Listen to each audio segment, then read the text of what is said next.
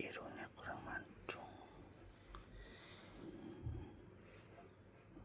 harus dimancungin hidungnya, dimancungin, naikin.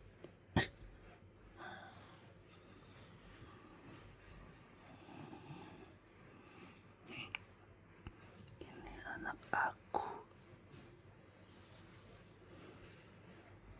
kita ganggu tidurnya.